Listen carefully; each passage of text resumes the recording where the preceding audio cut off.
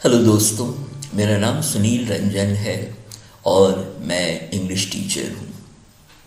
अभी मैं आपके लिए लॉस्ट स्प्रिंग का सारांश लेकर आया हूँ और इसमें दो कहानियाँ हैं और इसकी लेखिका हैं अनीस जंग। तो पहले अनीस जंग के बारे में मैं बता दूँ। अनीस जंग एक भारतीय पत्रकार और लेखिका है। वे कवियों के एक ऊंचे घराने से आती हैं। उनकी प्रसिद्ध रचना अनवीलिंग इंडिया, जो 1987 में छपी थी, भारतीय महिलाओं के जीवन का सिलसिलेवार वर्णन करती है। अनीस जंग की रचना लॉस्ट स्प्रिंग यानी खोया बसंत में दो कहानियां हैं जिनके माध्यम से लेखिका अत्यंत गरीब पृष्ठभूमि में पले बच्चों से हुई अपनी बातचीत और उनके जीवन के विषय में बताती हैं। वे उनकी गरीबी और जिंदगी का वर्णन करती हैं। उनकी ये दोनों कहानियाँ दिल को छू जाती हैं और बच्चों की दशा के विषय में हमें सोचने को विवश करती है। लेखिका दो घटनाओं के बारे में बताती हैं जब उनका सामना अत्यंत गरीब परिवारों के बच्चों से हुआ था।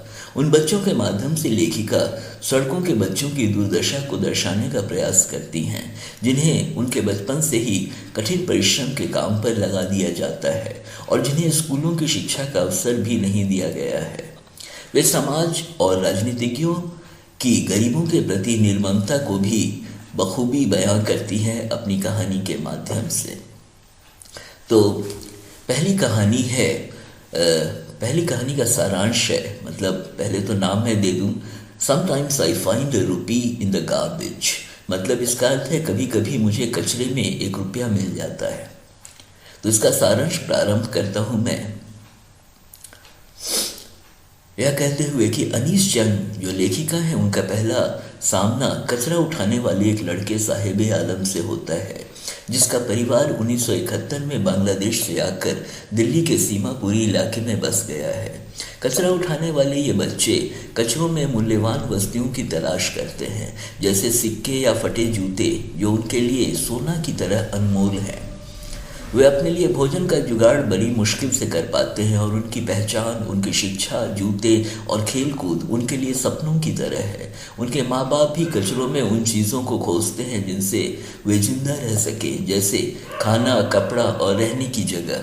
बच्चे कचरों के गट्ठरों में उन चीज़ों को खोजते रहते हैं जो आंशिक रूप से उनके अधूरे सपनों को पूरा कर सकें। एक दिन लेखिका ने साहेब को स्टील का बर्तन लिए दूध लेने जाते देखा। उसे चाय की एक दुकान में नौकरी मिल गई थी। वह खुश था कि उसे 800 रुपये महीने और भोजन मिलेगा। लेखिका ने महसूस किया कि साहेब को की अपनी स्वतंत्रता खत्म हो गई थी, जिसका आनंद वह कचरा उठाने वाले लड़के के रूप में लेता था।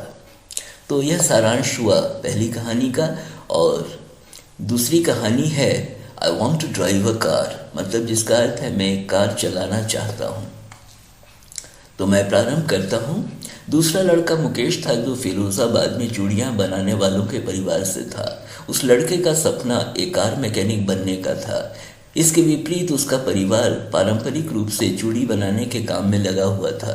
यद्यपि वह काम उनके लिए शारीरिक रूप से नुकसानदेह था और उस काम में वे बहुत कम पैसा ही कमा पाते थे, फिर भी किसी की हिम्मत नहीं होती थी कुछ अलग करने की, क्योंकि उन्हें पुलिस और बिचौलियों का डर था।